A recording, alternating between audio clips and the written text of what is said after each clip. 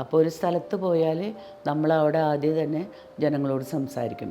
ഭയങ്കര പരിഹാസമായിരിക്കും. പെൺകുട്ടികളെ കാണുമ്പോഴും ഒരിളക്കം, അതുപോലെ തന്നെ പരിഹാസം, ഓളി, ബഹളം ഇതൊക്കെയാണ്.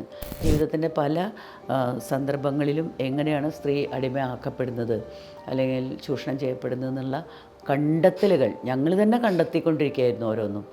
ഇന്ന സന്ദർഭത്തിൽ നമ്മൾ എങ്ങനെയാണ് അവകാശമില്ലാത്തവരായി മാറുന്നത് എന്നുള്ളത്. തങ്കമണിയിലെ പോലീസ് വേട്ട സംഭവിച്ചു, പോലീസ് നായിട്ട്. അപ്പോൾ അതിനെതിരെ നമ്മൾ രംഗത്തിറങ്ങി, കോളേജിൽ നിന്ന് ഇറങ്ങി പ്രകടനങ്ങൾ സംഘടിപ്പിച്ചു. ഞങ്ങൾ പേടിച്ച് ഓടേണ്ട തരം അവസ്ഥയിലൊക്കെ ആക്രമിക്കുന്നുള്ള ഭീതിയൊക്കെ ഉണ്ടായൊരു സമരമാണത്.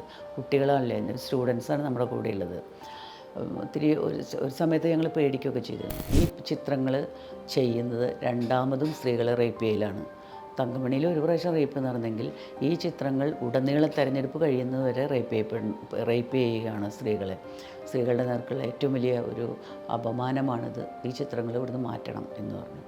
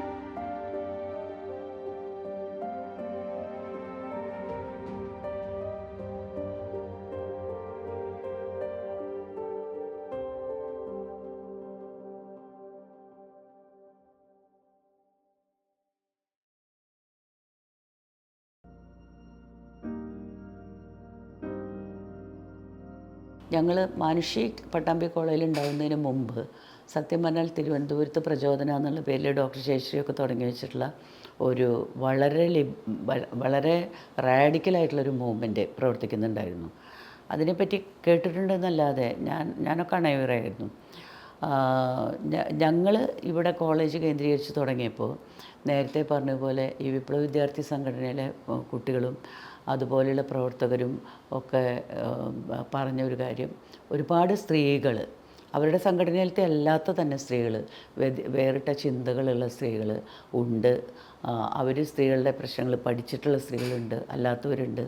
അപ്പോൾ അത്തരം സ്ത്രീകളെ മുഴുവൻ ഇൻവൈറ്റ് ചെയ്ത് നമുക്ക് പിന്നെ ഒരു മീറ്റിംഗ് വെച്ചാൽ എന്ത് എന്നുള്ളൊരു ചിന്തയുണ്ടായി. എല്ലാവരുടെയും സഹായത്തോടുകൂടി കേരളത്തിലുടനീളം ഇത്തരം സ്ത്രീകളെ കണ്ടെത്താനും അവർക്ക് ഈ മെസ്സേജ് കൈമാറാനും തുടങ്ങി. അങ്ങനെ ഞങ്ങൾ വിളിച്ചുകൂട്ടിയ 100ഓളം സ്ത്രീകൾ പട്ടാമ്പിക്ക് അടുത്തുള്ള വാവന്നൂർ എന്ന് പറയുന്ന സ്ഥലത്ത് ഒരു സ്കൂളിൽ, ഒരു UP സ്കൂളിലെ ക്യാമ്പിൽ പങ്കെടുത്തു. 1 ഡേ ക്യാമ്പ്. അന്ന് തെക്ക് വടക്ക് ഒരുപാട് സ്ത്രീകൾ വന്നു. ഈ വന്ന സ്ത്രീകളൊക്കെ ഉദ്യോഗസ്ഥകളുണ്ട്, വീട്ടമ്മമാരുണ്ട്, പിന്നെ ടീച്ചേഴ്സുണ്ട്, പല മേഖലകളിൽപ്പെട്ടവരുണ്ട്, വിപ്ലവ പാർട്ടികളുടെ ആളുകളുണ്ട്, അല്ലാത്ത വെറും സാധാരണക്കാരായിട്ടുള്ള വീട്ടമ്മമാരുണ്ട്. അങ്ങനെ പല മേഖലയിലുള്ളവരായിരുന്നു. 100 പേരുണ്ടായിരുന്നു. അന്നത്തെ മീറ്റിങ്ങിന് ശേഷം പിരിഞ്ഞു പോയ ഇവർ എല്ലാവരും തന്നെ ഇങ്ങനൊരു മൂവ്മെൻറ്റ് വേണം എന്ന് ബലമായിട്ട് തന്നെ അഭിപ്രായമുള്ളവരായിരുന്നു. അതിൻ്റെ കാരണം കേരളത്തിൽ ഇങ്ങനെ സ്ത്രീധന മരണങ്ങളും സ്ത്രീധന കൊലപാതകങ്ങളും സ്ത്രീകൾക്ക് നേരെയുള്ള അക്രമ പ്രവർത്തനങ്ങളും ബലാത്സംഗങ്ങളൊക്കെ ഭയങ്കരമായിട്ട് പെരുകിക്കൊണ്ടിരുന്നൊരു സമയമാണ്. അപ്പോൾ ഒരു മൂവ്മെൻറ്റ് വേണം. രാഷ്ട്രീയ പാർട്ടികൾക്ക് അതിന് സാധിക്കുന്നില്ല. അപ്പോൾ സ്ത്രീകൾക്ക് സ്വതന്ത്രമായിട്ട് അങ്ങനൊരു പ്രസ്ഥാനം വേണമെന്ന് വിചാരിക്കുന്നവരായിരുന്നു. അപ്പോൾ അവർ അവിടുന്ന് പോയിട്ട് ആണ് ഇപ്പോൾ ഓൾറെഡി തിരുവനന്തപുരത്ത് ഇങ്ങനെ സംഘടനയുണ്ട്. പിന്നെ വിവിധ ഭാഗങ്ങളിൽ ഇപ്പോൾ അജിത ഇവിടുന്ന് പോയിട്ട് ബോധന എന്ന പേരിലൊരു സംഘടന ഉണ്ടാക്കി. ദേവി എന്ന് പറയുന്ന കുട്ടി വടക്കേ മലബാറിലെ ദേവി ഉണ്ടാക്കിയ സംഘടനയുടെ പേര് എനിക്ക് എനിക്കിപ്പോൾ ഓർമ്മ വരുന്നില്ല കേട്ടോ. ദെൻ പിന്നെ തൃശ്ശൂരിലെ ഒരു സംഘടന ഉണ്ടാക്കി, ഷീന ജോസും പിന്നെ കെ വേണുവിൻ്റെ ഭാര്യ മണി, പിന്നെ അവരുടെ തന്നെ നക്സലൈറ്റ് വേറൊരു ഗ്രൂപ്പിൻ്റെ ഭാഗമായിട്ട് പ്രവർത്തിക്കുന്ന മേരി, അവരൊക്കെ കൂടിയിട്ട് ഇവിടെ അവരുടേതായ ഒരു സംഘടന രൂപവൽക്കരിച്ചു. ലെസ്ലി എന്ന് പറയുന്ന സ്ത്രീ കോട്ടയത്തു നിന്ന് വന്നവർ ലിബറേഷൻ തിയോളജിയുടെ ഭാഗമായിട്ട് അവർ പ്രവർത്തിക്കുന്നുണ്ടായിരുന്നു. അതുമായി ചേർത്തുകൊണ്ട് ഒരു ലിബറേഷൻ തിയോളജിയും ഫെമിനിസവും കൂട്ടിച്ചേർത്തുകൊണ്ടുള്ള ഒരു സംഘടന അവർ രൂപീകരിച്ചു. അങ്ങനെ കേരളത്തിൻ്റെ വിവിധ ഭാഗങ്ങളിൽ ഇവിടുന്ന് ഈ മീറ്റിംഗ് കഴിഞ്ഞ് പോയിട്ട് കൊച്ചു ഗ്രൂപ്പുകൾ രൂപീകരിച്ച് പ്രവർത്തനങ്ങൾ ആരംഭിച്ചു. അങ്ങനെയാണത് കേരള വ്യാപകമായിട്ട് ഒരേ സമയം വരുന്നത്. വാവന്നൂരത്തെ ഈ ക്യാമ്പ്, മനുഷ്യ വിളിച്ചു ചേർത്ത ഈ ക്യാമ്പിന് ശേഷമാണ്. ഈ സ്ത്രീധനത്തിനെതിരെയാണ് രൂക്ഷമായ പ്രശ്നമായിട്ട് എടുത്തത് അതാണ്. അപ്പോൾ അതിനെതിരെ ഒരു അവബോധം സമൂഹത്തിൽ സൃഷ്ടിക്കുക, അതിനുവേണ്ടി നമുക്ക് എന്ത് ചെയ്യാൻ കഴിയും എന്നുള്ള അത് ഞങ്ങൾ കോളേജിൽ നിന്നുള്ള ആളുകളായതുകൊണ്ടും പിന്നെ ഒരു ക്യാമ്പസ് തിയേറ്ററിൻ്റെ പ്രവർത്തനം ഒക്കെ പരിചിതമായതുകൊണ്ടും തെരുവ് നാടകങ്ങൾ സ്ത്രീകൾ അഭിനയിക്കുന്ന, സ്ത്രീകൾ എഴുതി സ്ത്രീകൾ സംവിധാനം ചെയ്ത സ്ത്രീകൾ അഭിനയിക്കുന്ന ഒരു തെരുവ് നാടകം. അപ്പോൾ അത് മുമ്പ് ചരിത്രത്തിലെ തൊഴിൽ കേന്ദ്രത്തിലേക്ക് എന്ന് പറഞ്ഞ് ഇതുപോലെ ഒരു നാടകം ഉണ്ടായിട്ടുണ്ട്. അതും സ്ത്രീയുടെ വിമോചനം ലാക്കാക്കിയിട്ടുള്ള ഒരു നാടകം ആയിരുന്നു. അത് വീട്ടി ഭട്ടതിരിപ്പാടിൻ്റെ നാടകത്തിന് അടുക്കളയിൽ നിന്ന് അരങ്ങത്തേക്ക് പാരലായിട്ട് വന്ന ഒന്നാണ് തൊഴിൽ കേന്ദ്രത്തിലേക്ക്. അത് സ്ത്രീകൾ എഴുതി സ്ത്രീകൾ സംവിധാനം ചെയ്ത് സ്ത്രീകൾ അഭിനയിച്ച നാടകമാണ്. അത് പക്ഷേ പെട്ടെന്ന് തന്നെ ആക്രമിക്കപ്പെട്ടു, യാഥാസ്ഥിതിക നമ്പൂതിരിമാരാൽ ആക്രമിക്കപ്പെടുകയും അത് മാർജിനലൈസ് ചെയ്യപ്പെടുകയും ചെയ്തു. വളരെ കുറച്ച് കളിയേ അത് കളിച്ചിട്ടുള്ളൂ. അവരെ മുഴുവനും, അത് വളരെ മുമ്പാണല്ലോ, അവരെ മുഴുവനും ഒരു പക്ഷേ വേശ്യകളാണെന്നും അങ്ങനെ ഇങ്ങനെയൊക്കെ പറഞ്ഞ് അവരെ അടിച്ച് ഒതുക്കി നിശബ്ദരാക്കി. അവർ കളിക്കാൻ വേണ്ടി അന്നൊക്കെ കാളവണ്ടിയിലാണ് പോകുന്നത്, അപ്പോൾ തടഞ്ഞു നിർത്തി ഉപദ്രവിക്കുക, അങ്ങനെയൊക്കെയുള്ള കുറേ സംഭവങ്ങൾ ഉണ്ടായിട്ടുണ്ട്. അതേസമയം പിന്നെ വീട്ടി ഭട്ടതിരിപ്പാടിൻ്റെ നാടകത്തിന് വലിയ പ്രചാരം കിട്ടി. അത് സ്ത്രീയുടെ പ്രശ്നമാണ് ഉന്നയിക്കുന്നതെങ്കിലും പുരുഷന്മാരുടെ മുൻകൈയിലായതുകൊണ്ടും അത് ചോദ്യം ചെയ്യാൻ, അതിനെ എന്താ പറയുക, അംഗീകരിച്ച് അങ്ങനെ കൊണ്ടുപോവുകയാണ് ഉണ്ടായിട്ടുള്ളത്. സ്ത്രീകളുടെ ഈ നാടകം അങ്ങനെ കിടന്നു. അപ്പോൾ നമ്മളും അതിൻ്റെ തുടർച്ച, തൊഴിൽ കേന്ദ്രത്തിലേക്ക് എന്നുള്ളതിൻ്റെ തുടർച്ച പോലെയാണ് ഞങ്ങളും ഒരു തെരുവ് നാടകം ഉണ്ടാക്കിയിട്ട് ഈ സ്ത്രീധന വിഷയം അവതരിപ്പിച്ച് അതിൻ്റെ ഒപ്പം പാട്ട്, പ്രസംഗം, കലാരൂപങ്ങൾ ഇതൊക്കെ വെച്ചുകൊണ്ടുള്ളൊരു പാക്കേജാണ്. അപ്പോൾ ഒരു സ്ഥലത്ത് പോയാൽ നമ്മളവിടെ ആദ്യം തന്നെ ജനങ്ങളോട് സംസാരിക്കും. ഭയങ്കര പരിഹാസമായിരിക്കും, പെൺകുട്ടികളെ കാണുമ്പോഴും ഒരിളക്കം, അതുപോലെ തന്നെ പരിഹാസം, ഓളി, ബഹളം ഇതൊക്കെയാണ്. പക്ഷേ നമ്മൾ ഈ വിഷയം സംസാരിച്ച് തുടങ്ങുമ്പോൾ തന്നെ ക്രമേണ ആ ഒരു റൗണ്ട്, ആ സർക്കിൾ നിശബ്ദമാവും. ഞങ്ങൾ സർക്കിളിലാണ് എപ്പോഴും കഴിച്ചുകൊണ്ടിരുന്നത്. അപ്പോൾ ആ സർക്കിൾ നിശബ്ദമാവും, ചുറ്റും നിൽക്കുന്ന കാണികൾ വളരെ നിശബ്ദം. ഓരോരുത്തരും അവരവരുടെ വീട്ടിൽ അനുഭവിക്കുന്ന പ്രശ്നമാണിത്. ഒരു പെൺകുട്ടി മണ്ണെണ്ണൊഴിച്ച് തീ കൊളുത്തി ആത്മഹത്യ ചെയ്യുന്ന നാടകമാണിത്. അപ്പോൾ ആത്മഹത്യ ചെയ്യാനുണ്ടായ കാരണങ്ങളെയാണ് നമ്മൾ അനലൈസ് ചെയ്യുന്നത്. എന്തുകൊണ്ട് അവൾ ആത്മഹത്യ ചെയ്തു എന്നുള്ള ക്വസ്റ്റ്യനാണ് നമ്മൾ വയ്ക്കുന്നത്. അപ്പോൾ അത് ശരിക്കും കണ്ണു തുറപ്പിക്കുന്നതും ഒക്കെ ആയിട്ടുള്ളൊരു അനുഭവമാണ് ആളുകളുടെ. അപ്പോൾ അത് പറയുന്നു, നമ്മൾ സംസാരിക്കുന്നു, നമ്മൾ പാട്ട് പാടുന്നു, നമ്മൾ മറ്റ് ചില ചെറിയ കലാരൂപങ്ങൾ അവതരിപ്പിക്കുന്നു, അവസാനം നാടകം അവതരിപ്പിക്കുന്നു. ആ നാടകം കഴിഞ്ഞ് നമ്മൾ തിരിച്ചു പോകുമ്പോഴേക്കും കാണികൾ വളരെയധികം നിശബ്ദരും പിന്നെ വളരെ എന്താ പറയുക, ഭാരമുള്ള മനസ്സോടുകൂടിയവരായിട്ട് പിരിഞ്ഞു പോകുന്ന കാണികളെയാണ് നമ്മൾ കണ്ടിട്ടുള്ളത്. അത് ഞങ്ങൾ കുറേ സ്ഥലത്ത് അവതരിപ്പിക്കുകയുണ്ടായി. പിന്നെ അതിൻ്റെ ഭാഗമായിട്ട് ഈ ആശയം, എല്ലായിടത്തേക്കും നമുക്ക് നാടകം കൊണ്ട് കുട്ടികളെയും കൊണ്ട് പോകാൻ പറ്റില്ലല്ലോ, ആകാവുന്നിടത്തേക്കൊക്കെ അങ്ങനെ പോയി. പിന്നെ അതിൻ്റെ ഭാഗമായിട്ട് മാനുഷി എന്ന് പറഞ്ഞ പേരിൽ ഒരു മാസിക തുടങ്ങി, ഒരു ചെറിയ മാസിക. അപ്പോൾ അതിൽ നമ്മൾ അന്നത്തെ അറിവ് വെച്ചിട്ട്, ഇന്നിപ്പോൾ നോക്കുമ്പോൾ വളരെ വികസിതമാണ് ഫെമിനിസത്തിൻ്റെ പിന്നെ എല്ലാ അടിത്തറകളും സൈദ്ധാന്തികത. അന്നത്തെ അറിവ് വെച്ചിട്ടുള്ള ഒരു അടിത്തറ അതിലൂടെ നമ്മൾ എഴുതാൻ തുടങ്ങി. അത് തന്നെയല്ല, ജീവിതത്തിൻ്റെ പല സന്ദർഭങ്ങളിലും എങ്ങനെയാണ് സ്ത്രീ അടിമയാക്കപ്പെടുന്നത് അല്ലെങ്കിൽ ചൂഷണം ചെയ്യപ്പെടുന്നത് എന്നുള്ള കണ്ടെത്തലുകൾ ഞങ്ങൾ തന്നെ കണ്ടെത്തിക്കൊണ്ടിരിക്കുകയായിരുന്നു ഓരോന്നും. ഇന്ന സന്ദർഭത്തിൽ നമ്മൾ എങ്ങനെയാണ് അവകാശമില്ലാത്തവരായി മാറുന്നത് എന്നുള്ളത്. അപ്പോൾ അതിൽ ഞാനിപ്പോഴും ഓർക്കുന്നുണ്ട്, ഞാൻ ആദ്യത്തെ ലക്കത്തിലോ മറ്റോ ആണ് ഒരു ആർട്ടിക്കിൾ എഴുതിയത് പെൺകുട്ടികൾ എന്ത് വസ്ത്രം ധരിക്കണം എന്നുള്ളതിനെ പറ്റിയായിരുന്നു. അപ്പോൾ അത് നമ്മൾ ചേർത്ത് വെച്ചത് ഇന്ന് പറയുന്ന ഉപരിപ്ലവമായ കാഴ്ചപ്പാടിലല്ല. പെൺകുട്ടി ജീൻസ് ഇടണോ വേണ്ടയോ, അല്ലെങ്കിൽ ലെഗിൻസ് വേണോ വേണ്ടയോ എന്നുള്ള പോലെ പുറന്തൊലിയിലുള്ള ഒരു ഇതല്ല, ആഴത്തിൽ നമ്മളതിൽ വസ്ത്രങ്ങളുടെ രാഷ്ട്രീയം കൊണ്ടുവന്നു. അത് കണക്ട് ചെയ്തത് മഹാത്മാഗാന്ധിയുടെ ഖാദി ഖദർ, എന്തുകൊണ്ട് ഖദർ എന്ന ഒരു വിഷയമായിട്ട് ബന്ധിപ്പിച്ചിട്ടാണ്. അപ്പോൾ നമ്മൾ ധരിക്കുന്ന വസ്ത്രത്തിനൊരു പൊളിറ്റിക്സ് ഉണ്ട്. മഹാത്മാഗാന്ധി ആ പൊളിറ്റിക്സിനെയാണ് ഹൈലൈറ്റ് ചെയ്തത്. അല്ലാണ്ട് വെറുതെ ഇരുന്ന് ചർക്കയിൽ നൂല് നൂറ്റി അല്ല. ഗുജറാത്തിലെ പരുത്തി കർഷകരുടെ ദാരിദ്ര്യം, മില്ലുകൾ വന്നപ്പോൾ, യന്ത്രവൽകൃത സംഗതികൾ വന്നപ്പോൾ അതിനെ ഇവർ ആകെ തകർന്ന് തരിപ്പണമായി പോയ അവസ്ഥ. ഗുജറാത്തിൽ ഉൽപ്പാദിപ്പിക്കുന്ന പരുത്തി എന്ന് പറയുന്നത് നീളം കുറഞ്ഞ നാര് കിട്ടുന്ന പരുത്തിയാണ്. അതേസമയം ഇറക്കുമതി ചെയ്യുന്ന പരുത്തി എന്ന് പറഞ്ഞാൽ നീണ്ട നാരുള്ളതാണ്. മില്ലുകൾക്ക് അതാണ് ആവശ്യം. സ്വാഭാവികമായിട്ടും ഗുജറാത്തിലെ പരുത്തിയുടെ വില ഇടിയുകയും അതുപോലെ അത് വാങ്ങാൻ ആളില്ലാതാവുകയും ചെയ്തു. അപ്പോൾ പിന്നെ എന്ത്? ഈ ഒരു ചോദ്യത്തിൻ്റെ ഉത്തരമാണ് ഖദർ. അപ്പോൾ ചർക്ക പോലെയുള്ളൊരു യന്ത്രം ഉപയോഗിച്ച് നമ്മൾ തന്നെ നൂല് നൂറ്റ് നമ്മുടെ വസ്ത്രം ഉണ്ടാക്കണം. ഒപ്പം തന്നെ ചേർത്ത് വയ്ക്കാവുന്ന നെയ്ത്ത് കർഷകരുടെ. അപ്പോൾ മില്ലുകൾ വരുന്നു, യന്ത്രവൽകൃതമായിട്ടുള്ള ഒരു സംഭവം വരുന്നു. അത് വളരെ കുറഞ്ഞ വിലയ്ക്ക് വളരെ ഭംഗിയിൽ വളരെ നേർത്ത തുണിയാക്കി വില കുറവിന് വിൽക്കാൻ പറ്റും. തൻ്റെ കൈകൊണ്ടുണ്ടാക്കുന്ന നൂല് നൂറ്റ് ഉണ്ടാക്കുന്നൊരു വസ്ത്രത്തിന് അധ്വാനം വളരെയധികം ആവശ്യമാണ്. അതേസമയം അത് ഭംഗിയും കുറവായിരിക്കും. കഴുകി ഉണക്കാനൊക്കെ വിഷമമുള്ള വിധത്തിൽ കട്ടിയുള്ളതാണ്. അതിൽ ഭംഗിയുള്ള പ്രിൻ്റുകൾ ഒന്നും കൊണ്ടുവരിക എളുപ്പമല്ല. പക്ഷേ അത് പൊളിറ്റിക്കലാണ് ആ വസ്ത്രം എന്ന് പറയുന്നത്.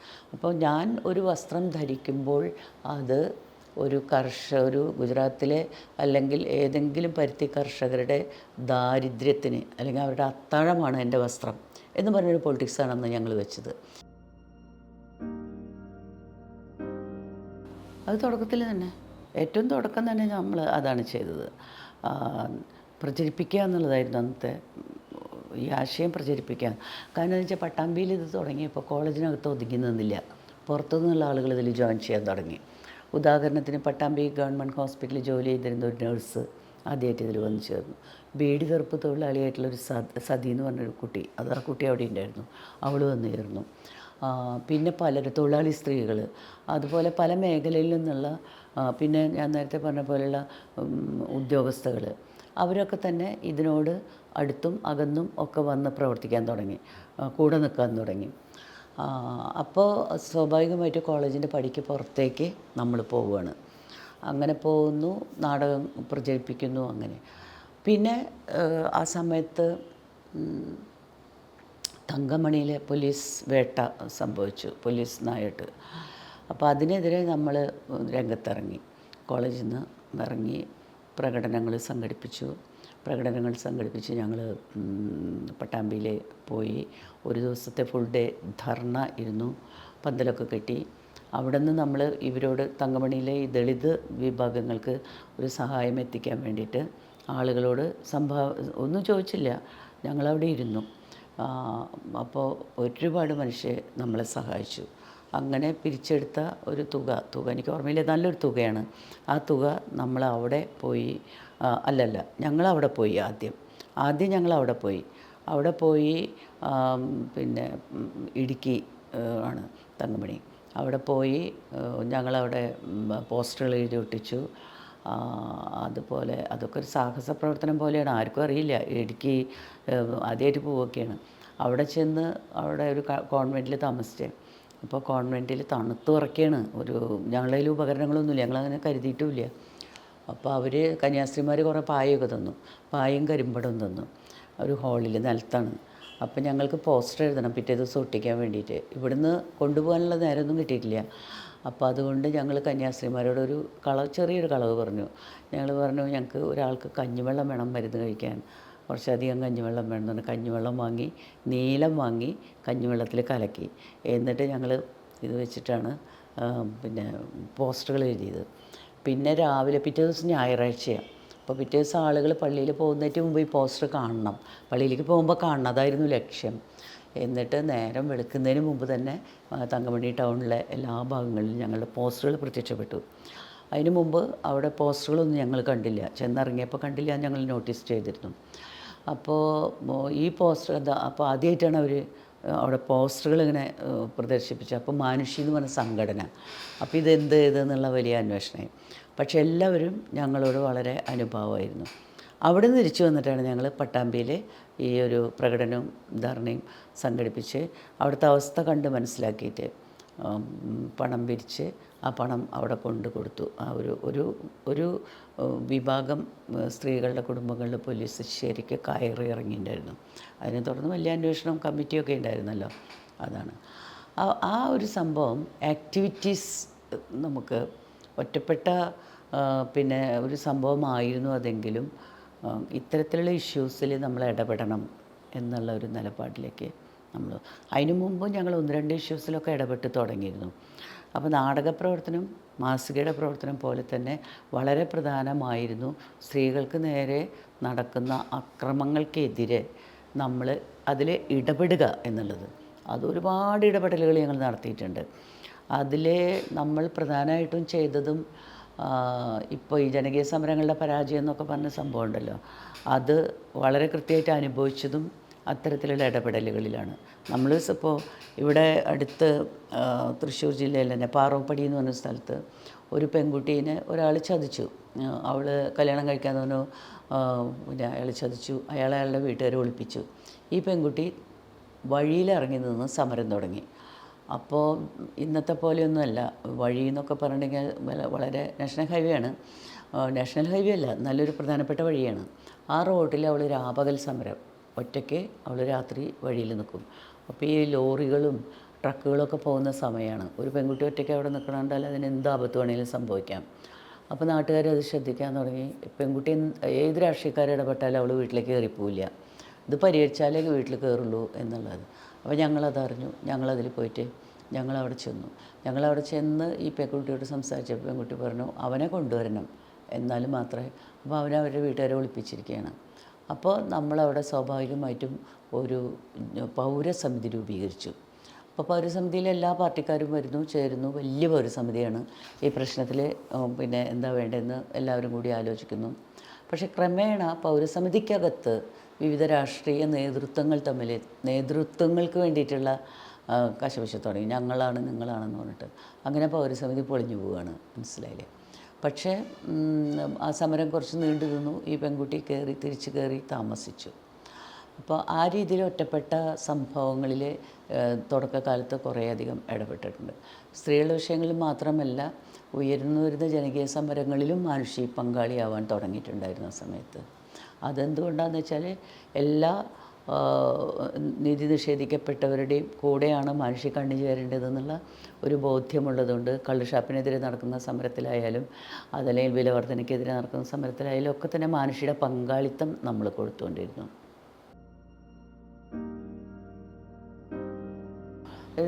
എനിക്ക് ആദ്യം ബാലാമണിയുടെ ഒരു കത്ത് കിട്ടുകയാണ് ഞങ്ങൾക്ക്. മാനുഷിയുടെ അഡ്രസ്സിൽ എൻ്റെ പേര് വെച്ചിട്ടാണ് തോന്നുന്നു ഒരു കത്ത് വന്നു.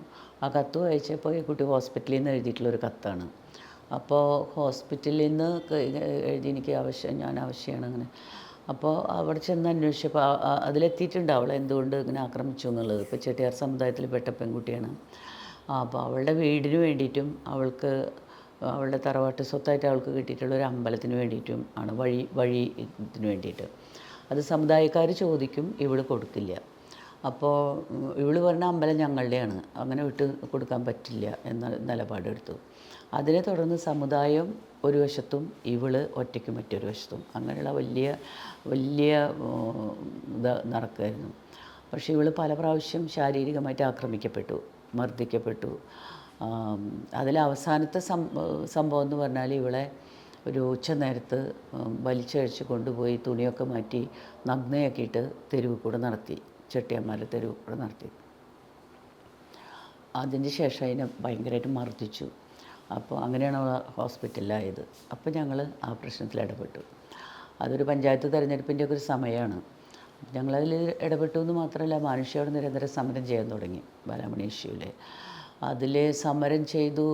അന്ന് കോൺഗ്രസിൻ്റെ അവിടെ പഞ്ചായത്ത് ഇലക്ഷനിൽ നിൽക്കുന്ന ഒരാൾ, അയാളാണ് നമ്മുടെ ശത്രുവായിട്ട് മാറിയത്. ഒരുപാട് പേര് സഹകരിച്ചപ്പോഴും അയാൾ വലിയ ശത്രുവായിട്ട് മാറി. ഞങ്ങൾ പേടിച്ച് ഓടേണ്ട തരം അവസ്ഥയിലൊക്കെ ആക്രമിക്കുന്നുള്ള ഭീതിയൊക്കെ ഉണ്ടായൊരു സമരമാണത്. കുട്ടികളല്ലേ, സ്റ്റുഡൻസാണ് നമ്മുടെ കൂടെയുള്ളത്. ഒത്തിരി ഒരു സമയത്ത് ഞങ്ങൾ പേടിക്കുകയൊക്കെ ചെയ്തിരുന്നു. പക്ഷേ ഞങ്ങൾ വിടാതെ ആ സമരം ഇതാക്കി. പിന്നെ ബാലാമണിനെ പോലീസ് സംരക്ഷണയിൽ വീട്ടിലേക്ക് കയറ്റി താമസിപ്പിക്കാൻ തീരുമാനമായി. അതും പോരാ, ഞങ്ങൾ പറഞ്ഞു നിരന്തര പോലീസ് സംരക്ഷണം വേണം. അപ്പോൾ അവളുടെ വീടിൻ്റെ അടുത്തൊരു പോലീസ് ഔട്ട് പോസ്റ്റ് ഇട്ടു. പോലീസ് അകമ്പടിയോടുകൂടി അവളെ വീട്ടിൽ കൊണ്ടുവന്ന് താമസിപ്പിച്ചു. അങ്ങനെയാണ് ആ സമരത്തിൻ്റെ ഒന്നാം ഘട്ടം ഉണ്ടാവുന്നത്. പക്ഷേ പോലീസ് ഔട്ട് പോസ്റ്റ് ഉണ്ടായിട്ടും പിന്നെയും വീണ്ടും നിരന്തരമായിട്ട് അവൾ ആക്രമിക്കപ്പെടുന്ന ഒരവസ്ഥ വന്നു. അപ്പോൾ പിന്നെ എന്തെന്നുള്ള അവൾക്ക് എങ്ങനെ സംരക്ഷണം കൊടുക്കുന്നുള്ള, അവളാണെങ്കിൽ അതിലൊതുങ്ങാൻ തയ്യാറുമായിരുന്നില്ല. പോലീസിൻ്റെ ഇതിൽ അവൾക്ക് തൃപ്തി ഉണ്ടായിരുന്നില്ല. അങ്ങനെ ഇരുന്നപ്പോഴാണ് ഞങ്ങൾക്കാണെങ്കിൽ ഷെൽട്ടർ എന്ന് പറയുന്ന സംഭവം ഉണ്ടായിട്ടില്ല. പക്ഷേ ഞങ്ങളുടെയൊക്കെ വീടുകളിൽ എന്ന് പറഞ്ഞാൽ വളരെ യാഥാസ്ഥിതികമായിട്ടുള്ള കുടുംബാന്തരീക്ഷത്തിൽ നിന്ന് പോയിട്ടാണ് നമ്മൾ ഈ പ്രവർത്തനങ്ങൾ ചെയ്യുന്നത്. അപ്പോൾ ഒരു ഷെൽട്ടർ കൊടുക്കാനായിട്ട് പറ്റാത്തൊരു സാഹചര്യത്തിൽ കെ വേണുവിൻ്റെ ഭാര്യ, അന്ന് വളരെ സജീവമായിട്ട് മാനുഷിയിൽ നിൽക്കുന്ന മണിച്ചേച്ചി, മണി വന്നിട്ട് പറഞ്ഞു ഞാൻ കൊണ്ടുപോകാമെന്ന് പറഞ്ഞു. അങ്ങനെ മണി കൊണ്ടുപോവുക ചെയ്തത്. മണി അവളെ 1.5 കൊല്ലത്തോളം മണിയുടെ വീട്ടിൽ സംരക്ഷിച്ചു. അത് ഞങ്ങൾ വളരെയധികം പിന്നെ അതിലിടപെട്ടൊരു കേസാണ്. അതായത് തങ്കമണി ഇഷ്യൂ നടന്നിട്ട് അതിനെ ഇലക്ഷൻ പ്രചരണത്തിനുള്ള ഒരു ആയുധമായിട്ട് ഇടതുപക്ഷം ഉപയോഗിച്ചപ്പോൾ ഇടതുപക്ഷം ചെയ്തത് എന്താണെന്ന് വെച്ചാൽ അതിൻ്റെ ചിത്രങ്ങൾ വരച്ച് മതിലുകളിലും ചുമരുകളിലൊക്കെ പ്രദർശിപ്പിച്ചു എന്നുള്ളതാണ്. പോലീസുകാരൻ ഒരു സ്ത്രീയെ റേപ്പ് ചെയ്യുന്നതിൻ്റെ ചിത്രങ്ങൾ. അപ്പോൾ ഞങ്ങൾ അതിനു മുമ്പ് അശ്ലീല സിനിമ പോസ്റ്ററുകൾക്കെതിരെയൊക്കെയുള്ള സമരങ്ങളൊക്കെ ഞങ്ങളിങ്ങനെ നടത്തുന്നുണ്ട്, ചെറുതും വലുതുമായിട്ട്. അപ്പോൾ പട്ടാമ്പി ബസ് സ്റ്റാൻഡിൻ്റെ ചുവരുകളിൽ മുഴുവനും ഈ ചിത്രങ്ങൾ കണ്ടപ്പോൾ അത് അന്ന് അവിടെ മത്സരിക്കുന്നത് ഇസ്മായിലാണ്, കെ ഇസ്മായിൽ CPI. അപ്പം ഞങ്ങൾ പറഞ്ഞു ഈ ചിത്രങ്ങൾ ചെയ്യുന്നത് രണ്ടാമതും സ്ത്രീകളെ റേപ്പ് ചെയ്യലാണ്. തങ്കമണിയിൽ ഒരു പ്രാവശ്യം റേപ്പ് നടന്നെങ്കിൽ ഈ ചിത്രങ്ങൾ ഉടനീളം തെരഞ്ഞെടുപ്പ് കഴിയുന്നതുവരെ റേപ്പ് ചെയ്യുകയാണ് സ്ത്രീകളുടെ നേർക്കുള്ള ഏറ്റവും വലിയ ഒരു അപമാനമാണിത്. ഈ ചിത്രങ്ങൾ ഇവിടുന്ന് മാറ്റണം എന്ന് പറഞ്ഞു. ചിത്രങ്ങൾ ഇവിടുന്ന് മാറ്റിയില്ലെങ്കിൽ ഞങ്ങൾ CPI ഓഫീസിലേക്ക് വരും എന്ന് പറഞ്ഞു. അപ്പോൾ ഇസ്മായിൽ കോളേജിലേക്ക് വന്നു, ഡിപ്പാർട്ട്മെൻറ്റിൽ വന്ന് എന്നെ കണ്ടു. എന്നിട്ട് ഞങ്ങളോട് പറഞ്ഞു അത് അത്തരത്തിലുള്ളൊരു തിരിച്ചറിവ് ഇതിൻ്റെ പിന്നിലുണ്ടായിരുന്നില്ല, അക്രമം മാത്രമാണ് കണ്ടത്, ഇതിൻ്റെ ഒരു ദൂരവ്യാപക ഫലത്തെക്കുറിച്ചിട്ട് ആലോചിച്ചിട്ട് തന്നെ ഉണ്ടായിരുന്നില്ല. അപ്പോൾ അങ്ങനെ ഒരു തോന്നൽ, അങ്ങനത്തെ ഒരു തിരിച്ചറിവിലേക്ക് ഞങ്ങളെ എത്തിച്ചതിന് വളരെ താങ്ക്സ് ഉണ്ട്. ഇന്ന് തന്നെ ചിത്രങ്ങൾ നീക്കം ചെയ്യുമെന്ന് പറഞ്ഞു. അങ്ങനെ ആ ചിത്രങ്ങൾ നീക്കം ചെയ്തു. അപ്പോൾ കേരളത്തിലുടനീളം ആ ചിത്രങ്ങൾ വരച്ചിട്ടാണ് പിന്നെ വോട്ട് അഭ്യർത്ഥിച്ചുകൊണ്ടിരുന്നത്. അവിടെ ഒരു ഇടപെടൽ നമുക്ക് നടത്താൻ പറ്റി, ഒരു തിരുത്തൽ നടത്താൻ പറ്റി. അപ്പോൾ ഇതിനെ തുടർന്നിട്ട് പല ഭാഗങ്ങളിൽ ഇത്തരം സ്ത്രീകൾക്ക് എതിരെ നടക്കുന്ന പ്രശ്നങ്ങളിൽ ജനങ്ങൾ ഇടപെടാൻ തുടങ്ങി. ജനങ്ങളോ അല്ലെങ്കിൽ അവിടെയുള്ള എന്താ പറയുക, പുരോഗമന സ്വഭാവമുള്ള ഗ്രൂപ്പുകളോ ഒക്കെ അങ്ങനത്തെ ചെയ്യാൻ തുടങ്ങി. അപ്പോൾ അവിടേക്കൊക്കെ നമ്മൾ പോകുക എന്നുള്ളതും നമ്മുടെ പ്രവർത്തനത്തിൻ്റെ ഒരു ഭാഗമായിരുന്നു. അങ്ങനെ ഒരുപാട് സ്ഥലങ്ങളിലേക്ക് പോയിട്ടുണ്ട്. അതത് പ്രദേശങ്ങളിൽ ഉയർന്നു വരുന്ന സമരങ്ങൾ, അതിനോട് ഐക്യപ്പെട്ടുകൊണ്ട് മാനുഷിയിൽ നിന്ന് നമ്മളവിടെ പോവും, ആ പ്രശ്നത്തിലെ അതിന് സംസാരിക്കുകയോ സഹകരിക്കുകയോ ഒക്കെ ചെയ്തിട്ടുണ്ട് ഒരുപാട്.